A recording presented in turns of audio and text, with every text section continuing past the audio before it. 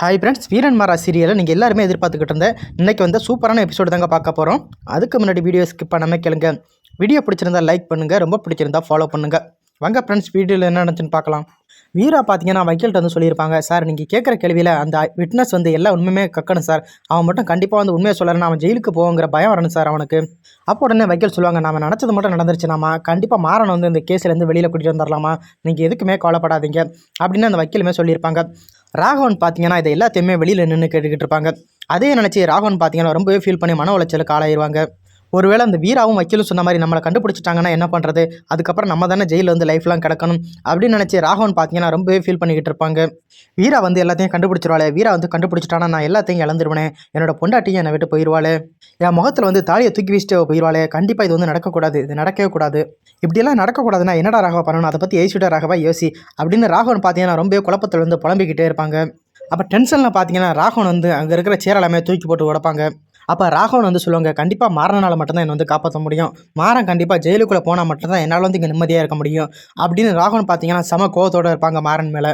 மாறா கண்டிப்பாக எல்லாத்தையுமே நீ தாண்டா செய்யணும், எனக்கு பதிலாக நீ தாண்டா அந்த பழியை எடுத்துக்கிட்டு போகணும், இதை தவிர வேறு வழி எனக்கு தெரியலை, எனக்கு வந்து என்னோட வாழ்க்கை தாண்டா முக்கியம், நீ ஜெயிலுக்கு போனாலும் எனக்கு அதை பற்றி கவலையே இல்லை அப்படின்னு ராகவன் பார்த்தீங்கன்னா ரொம்பவே மட்டமாக யோசிச்சுக்கிட்டு இருப்பாங்க. அதுக்கப்புறம் பார்த்தீங்கன்னா மாறனை தான் காட்டுவாங்க. மாறன் கிட்ட பார்த்தீங்கன்னா அவங்க அத்தை வழி வந்து சொல்லுவாங்க, டே மாறா, வீரா வந்து வக்கீல் வந்து கூட்டிகிட்டு வந்திருந்தா. அப்போ அந்த வக்கீல் பார்த்தீங்கன்னா வீரா கிட்ட வந்து சொல்லியிருப்பாங்க, கண்டிப்பாக நான் ஒரு விஷயம் வந்து கேட்பேன், அதுக்கப்புறம் அவன் வாயிலேயே உண்மையெல்லாம் அந்த விட்னஸ் வந்து வளரிடுவான், அதுக்கப்புறம் இந்த கேஸ்லேருந்து மாறன் வந்து நம்ம ஈஸியாக அழைச்சிட்டு வந்துடலாம் வீரா அப்படின்னு அந்த வக்கீல் வந்து வீரா கிட்ட சொல்லியிருப்பாங்க. வள்ளி, வீரா, ராமச்சந்திரன் எல்லாருமே என்ன பேசுனாங்களோ அதை எல்லாத்தையுமே வள்ளி பார்த்தீங்கன்னா மாறன் கிட்ட வந்து தெளிவாக சொல்லிக்கிட்டு இருப்பாங்க. அப்போ உடனே மாறன் வந்து சொல்லுவாங்க, நான் ஏற்கனவே வீரா கிட்ட சொல்லிட்டேன் இந்த பிரச்சனையை பற்றி மறுபடியும் திரும்ப திரும்ப நோண்டாதுன்னு, ஆனால் அவள் எவ்வளவு சொன்னாலும் கேட்க மாட்டேங்கிறா, இப்போ என்னடா வக்கீல் கிட்டே போய் பேசியிருக்கா, டேய் மாறா அது ஒரு விஷயமே இல்லைடா, வீராவும் வக்கீலும் பேசிக்கிட்டு இருந்தது எல்லாத்தையுமே அந்த ராகவன் வந்து கேட்டுட்டான்டா அப்படின்னு சொன்னதோட பார்த்தீங்கன்னா அதை கேட்டு மாறன் வந்து செம்மையாக அதிர்ச்சி அடைவாங்க. அப்போ உடனே மாறன் வந்து கேட்பாங்க, அத்தை அவன் எல்லாத்தையும் கேட்டுட்டான் அத்தை. ஆமாண்டா மாறா, நாங்கள் எல்லாத்தையுமே பேசிக்கிட்டு இருந்தது அவன் எல்லாத்தையுமே ஒன்று விடாமல் கேட்டுட்டான்டா. கேட்டதுக்கப்புறம் அவனுக்கு அவ்வளோ ஒரு பயம் மூஞ்சில், அவன் எல்லாத்தையுமே கேட்டுட்டு ரூமுக்குள்ளே போனவன் தான் இப்போ என்ன பண்ணிக்கிட்டு இருக்கானே எனக்கே தெரியலடா, அதெல்லாம் நினச்சி பார்க்கும்போது ரொம்பவே பயமாக இருக்குதுடா மாறா. சரி அவன் ஏதாச்சும் பண்ணிக்கிட போகிறான், வாங்க நம்ம போய் பார்ப்போம் அப்படின்னு சொல்லிட்டு மாறன் பார்த்தீங்கன்னா வள்ளி அழைச்சிக்கிட்டு நேராக ராகவன் ரூமுக்கு போவாங்க. அப்போ வள்ளியும் மாறனும் பார்த்தீங்கன்னா டே ராகவா அப்படின்னு கூப்பிட்டுக்கிட்டே போயிட்டு இருப்பாங்க. அப்போ ராகவா பார்த்தீங்கன்னா மாறனை எப்படியாச்சும் இதில் வந்து மாட்டி விட்டுறணுமே அப்படின்னு நினச்சிக்கிட்டு ராகவா பார்த்தீங்கன்னா ரொம்பவே யோசனை பண்ணிக்கிட்டு உட்காந்துருப்பாங்க. இங்கே பார்த்தீங்கன்னா மாறன் வள்ளியும் ராகவன் ரூமில் போய்த்து பார்ப்பாங்க. அங்கே பார்த்தீங்கன்னா ராகவன் வந்து இருக்க மாட்டாங்க, எல்லா இடத்துலையுமே தேடி பார்த்துக்கிட்டு இருப்பாங்க மாறனும் வள்ளியும். அப்போ உடனே வள்ளி வந்து கேட்பாங்க, டே மாறன் அவன் எங்கே தாண்டா போனான்னு தெரியலையே, டே மாறா எனக்கு ரொம்ப பயமாக இருக்குதுடா, அவன் ஏதாச்சும் பண்ணிக்கிடுவான்னு நினச்சாலே எனக்கு ரொம்ப பயமாக இருக்குதுடா மாறா, நீ தாண்டா எப்படியாச்சும் அவனை வந்து காப்பாற்றணும். அத்தை நீ எதுக்கும் பயப்படாதத்தை, கண்டிப்பாக ராகவனுக்கு வந்து நான் எதுவும் ஆக விட மாட்டேன். அப்போ அவங்க ரெண்டு பேரும் தேடிக்கிட்டு இருக்க சமயத்தில் பார்த்தீங்கன்னா ராகவன் வந்து கையில் வந்து ஒரு கத்தியை வச்சுக்கிட்டு மாறனுக்கு வந்து கால் பண்ணுவாங்க. டே மாறா நான் அந்த உலகத்தை விட்டே போகிறேன்டா, என்னால் வந்து கண்டிப்பாக உயிரோட இருக்க முடியாதுடா அப்படின்னு சொல்லி பார்த்தீங்கன்னா ராகவன் வந்து எப்படியாச்சும் இந்த சதியில் வந்து கண்டிப்பாக மாறனை மாட்டி விடணுமே அப்படின்னு நினச்சி ராகவன் பார்த்தீங்கன்னா செமையாக நடிச்சுக்கிட்டு இருப்பாங்க மாறன் கிட்ட. ராகவன் ஃபோன் பண்ண உடனே பார்த்தீங்கன்னா மாறன் வந்து கேட்பாங்க, டே ராகவன் எங்கடா இருக்கா அப்படின்னு. அப்போ உடனே ராகவன் வந்து சொல்லுவாங்க, கண்டிப்பாக வக்கீல் அழைச்சிட்டு வந்து வீரா வந்து எல்லாத்தையுமே கண்டுபிடிச்சிட போகிறாடா, அப்பா வந்து என்ன அடித்து துரத்துறதுக்குள்ளே நான் அந்த உலகத்தை விட்டு போயிடறேன்டா, நானே வந்து எப்படியாவது செத்து போயிடறேன்டா, இந்த அசிங்கத்தோடையெல்லாம் கண்டிப்பாக என்னால் உயிர் வாழ முடியாதுடா, நான் செத்துறேன்டா, நீயாச்சும் சந்தோஷமாயிரு அப்படின்னு சொல்லிட்டு ராகவன் பார்த்தீங்கன்னா ஃபோன் வந்து டக்குன்னு கட் பண்ணிடுவாங்க. கட் பண்ணிட்டு பார்த்தீங்கன்னா ராகவன் வந்து செம்மையாக சிரிச்சுக்கிட்டு இருப்பாங்க. எப்படியாச்சும் மாறா கண்டிப்பாக ஒன்று வந்து இதில் நான் மாட்டி விடாமல் விட மாட்டேன்டா அப்படின்னு ராகவன் பார்த்தீங்கன்னா ரொம்பவே கேவலமாக வச்சுக்கிட்டு இருப்பாங்க. இன்னொரு பக்கம் பார்த்தீங்கன்னா அதை கேட்டுட்டு மாறனும் வள்ளியும் செமையாக ஃபீல் பண்ணிக்கிட்டு இருப்பாங்க. என்னடா ராகவன் வந்து இப்படி தப்பான முடிவு எடுக்கிறானே, டேய் மாறா ராகவன் வந்து உங்ககிட்ட என்ன தாண்டா சொன்னான் அப்படின்னு கேட்பாங்க. அப்போ உடனே மாறன் வந்து சொல்லுவாங்க, அவன் சூசைட் பண்ணிக்கிட்டு போகிறோன்னு சொல்கிறான், அதை நினச்சா தான் எனக்கு பயமாக இருக்குது, டேய் மாறா ராகவன் வந்து எப்படியாச்சும் காப்பாற்றுறா டே ராகவா அப்படின்னு வள்ளி பார்த்தீங்கன்னா செமையாக கத்தி கதறி அழுதுகிட்டு இருப்பாங்க. நீ பொறுமையாக இருத்த, அவன் கண்டிப்பாக அந்த வீட்டை விட்டு எங்கேயுமே வெளியே போயிருக்க முடியாது, டே நம்ம தான் வீட்டில் எல்லா இடத்துலையுமே தேடிட்டோம்லடா, நம்ம மாடியில் தேடணுமாத்த, ஆமாண்டா அங்கே தேடலடா, வாடா மாடியில் பேத்து பார்ப்போம் அப்படின்னு சொல்லிட்டு மாறனும் வள்ளியும் பார்த்தீங்கன்னா நேராக மாடிக்கு ஓடுவாங்க. அப்போ ராகவன் பார்த்தீங்கன்னா மாறனும் வள்ளியும் ஓடி வரதை பார்த்துட்டு நேராக போய்த்து ஃபோன் எடுத்து அவங்க இடுப்பில் வச்சுக்கிட்டு கத்தி எடுத்து கழுத்தில் வச்சுக்கிடுவாங்க. இதை வச்சு கண்டிப்பாக மிரட்டி நம்ம எப்படியாச்சும் மாறன் வந்து ஒத்துக்க வச்சிடலாம் அப்படின்னு நினச்சிக்கிடுவாங்க ராகவா. ராகவன் பார்த்தீங்கன்னா எப்படியாச்சும் மாறனை வந்து இந்த சிக்கல் வந்து மாட்டி விட்டுறணும் அப்படின்னு சூப்பராக ஒரு மாஸ்டர் பிளான் போட்டிருப்பாங்க.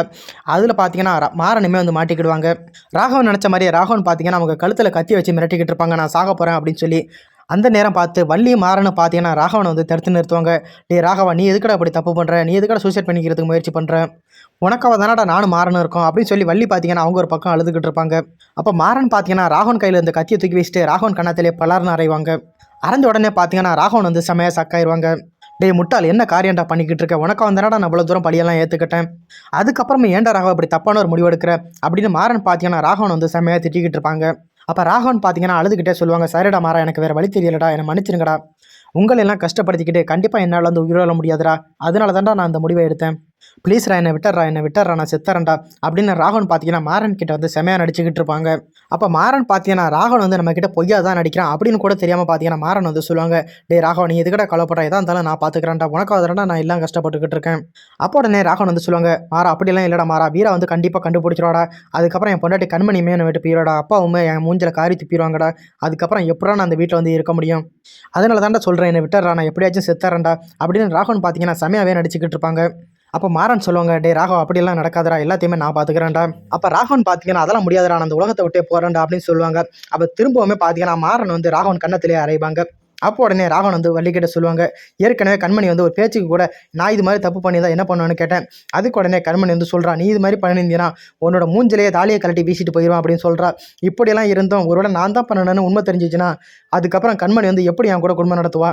அதனால தான் சொல்கிறேன், நீனு மாறனே என்னை விட்டுருங்க, நான் வந்து எப்படியாச்சும் போய் செத்து போயிடுறேன். இந்த அவமானத்தை தாங்கிக்கிட்டலாம் என்னால் வந்து இருக்க முடியாது உயிரோட. அப்போ பார்த்தீங்கன்னா மாறன் வந்து சொல்லுவாங்க, டே ராகவ் அவனோட அவசர புத்தி தாண்டா எல்லாத்துக்கும் காரணம்.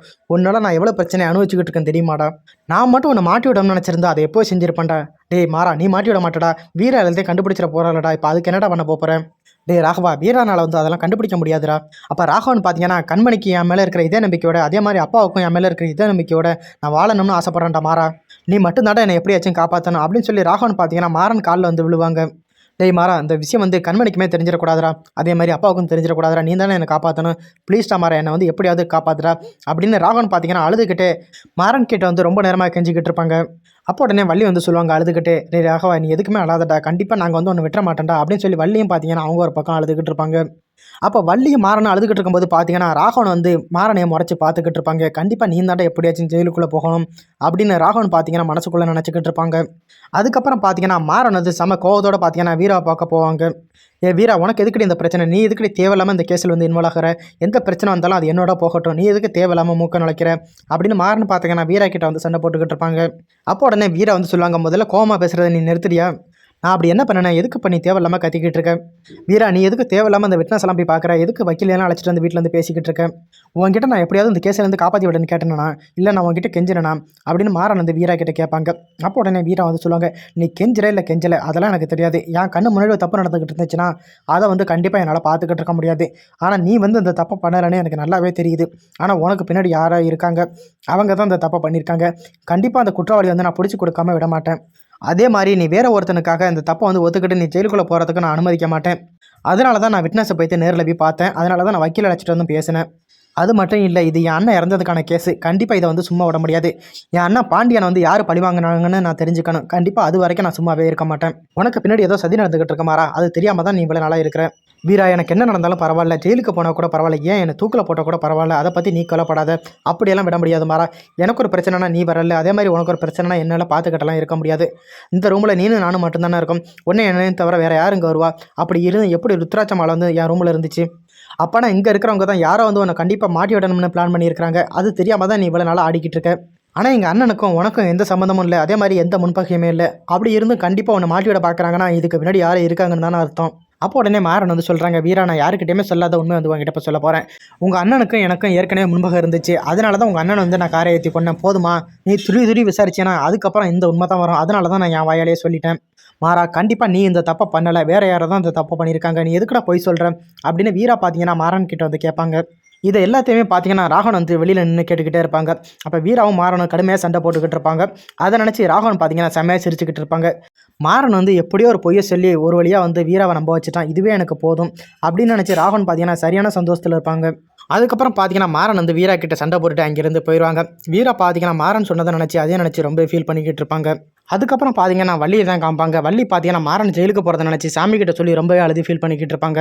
அங்கே பார்த்தீங்கன்னா மாறனுமே வருவாங்க. அத்தை நீ எதுக்கு அழுதுகிட்டு இருக்க, அவங்களால என்ன பண்ண முடியும், எல்லாமே விதிப்படி நடக்குது அத்தை அப்படின்னு சொல்லி மாறன் பார்த்தீங்கன்னா வள்ளிக்கிட்ட சொல்லுவாங்க. அப்போ உடனே மாறன் வந்து கேட்பாங்க, அத்தை நான் மடியில் படுத்துக்கா அப்படின்னு சொல்லுவாங்க. அப்போ உடனே வள்ளியும் படுத்துக்கடா மாறா அப்படின்னு சொல்லுவாங்க. மாறன் பார்த்தீங்கன்னா அவங்க அத்தை மடியில் படுத்துக்கிட்டு பார்த்தீங்கன்னா ரொம்பவே ஃபீல் பண்ணிக்கிட்டு இருப்பாங்க. இன்னொரு பக்கம் பார்த்தீங்கன்னா ராகவனை தான் காமிப்பாங்க. ராகவன் பார்த்தீங்கன்னா சரியான சந்தோஷத்தில் இருப்பாங்க. எப்படியோ மாறன் வந்து ஒரு வழியாக வந்து வீரா வந்து ஒத்துக்க வச்சுட்டான். இதுக்கப்புறம் வீரா வந்து எந்த விஷயத்துலையுமே தலையிட மாட்டா. எப்படியும் மாறன் வந்து ஜெயிலுக்கு போகிறது உறுதியாயிட்டு இதுக்கப்புறம் நம்ம கண்மணி கூட சந்தோஷமாக இருக்கலாம் லைஃப் லாங். மாறன் வந்து எந்த ஜென்மத்துக்குமே ஜெயிலேருந்து வெளியில் வர முடியாது, இந்த உண்மை வேறு யாருக்குமே தெரியாது அப்படின்னு நினச்சி ராகவன் பார்த்தீங்கன்னா ஒரு பக்கம் சந்தோஷமாக இருப்பாங்க. அப்போ உடனே கண்மணி வந்து கேட்பாங்க, என்னங்க சந்தோஷமாக இருக்கீங்க அப்படின்னு.